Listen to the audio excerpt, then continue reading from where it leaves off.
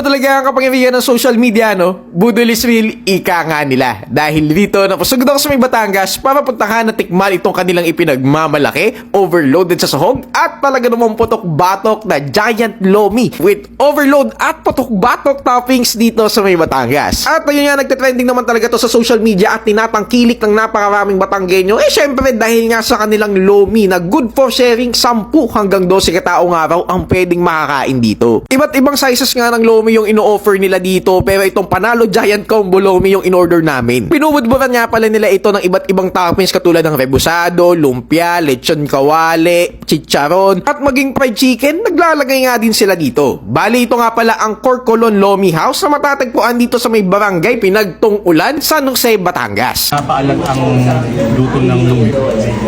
Hindi mo na ma-adjust it. At least ito, ma-adjust it. So yan, ito meron na deep fried. Very popular to sa mga estakan. At panalo toppings yan sa lomi.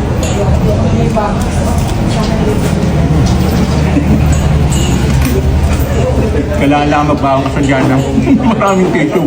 Para sa akin, kung experience sa pag-uusapan, ay masay na kakaibang experience to kasi first time ko lang makakita talaga ng ganito kalaking lomi. Para sa akin, yung toppings sila were okay, maganda, masarap kasi bagong luto tsaka timplado. Pero when it comes to their noodles, ito ay masay na medyo hindi ito pumatok sa aking panlasa. Para sa akin kasi merong mas masarap na Batangas Lomi akong natikman sa ibang lugar o parte dito sa Maynila. Pero it's really a nice experience na matry yung ganito kalaking lomi once in a lifetime. Para sa kanyang presyo na 1,299, siguro kung madami kayong kakain dito, mga 10 o 15 kayo katao, sa tingin ko sulit na to. Pero kung 2 o 5 lang kayo kakain, sa tingin ko hindi nyo talaga to mauubos. Pero don't worry dahil meron naman silang mas maliliit tsaka mas murang mga lomi, and I think mas nababagay yon kung maliit lang ang inyong grupo. At kung masarap na pansit naman ang pag-uusapan, para sa akin mas na-enjoy ko dito sa may Benox Lomi House dito sa may Lipa. Isa nga rin silang tindahan dito sa may Lipa, Batangas, na kung saan nag-o-offer ng iba't ibang klase ng pansit. Mayroong pansit gisado, Batangas Lomi, chami, at kung ano-ano pa. Pinaka na-enjoy ko dito guys yung kanilang chami special. Look at this, for only 95 pesos, kompletos, ricados, at overloaded din sa topping. Sigit sa lahat, mula sa noodles, mula sa sahog,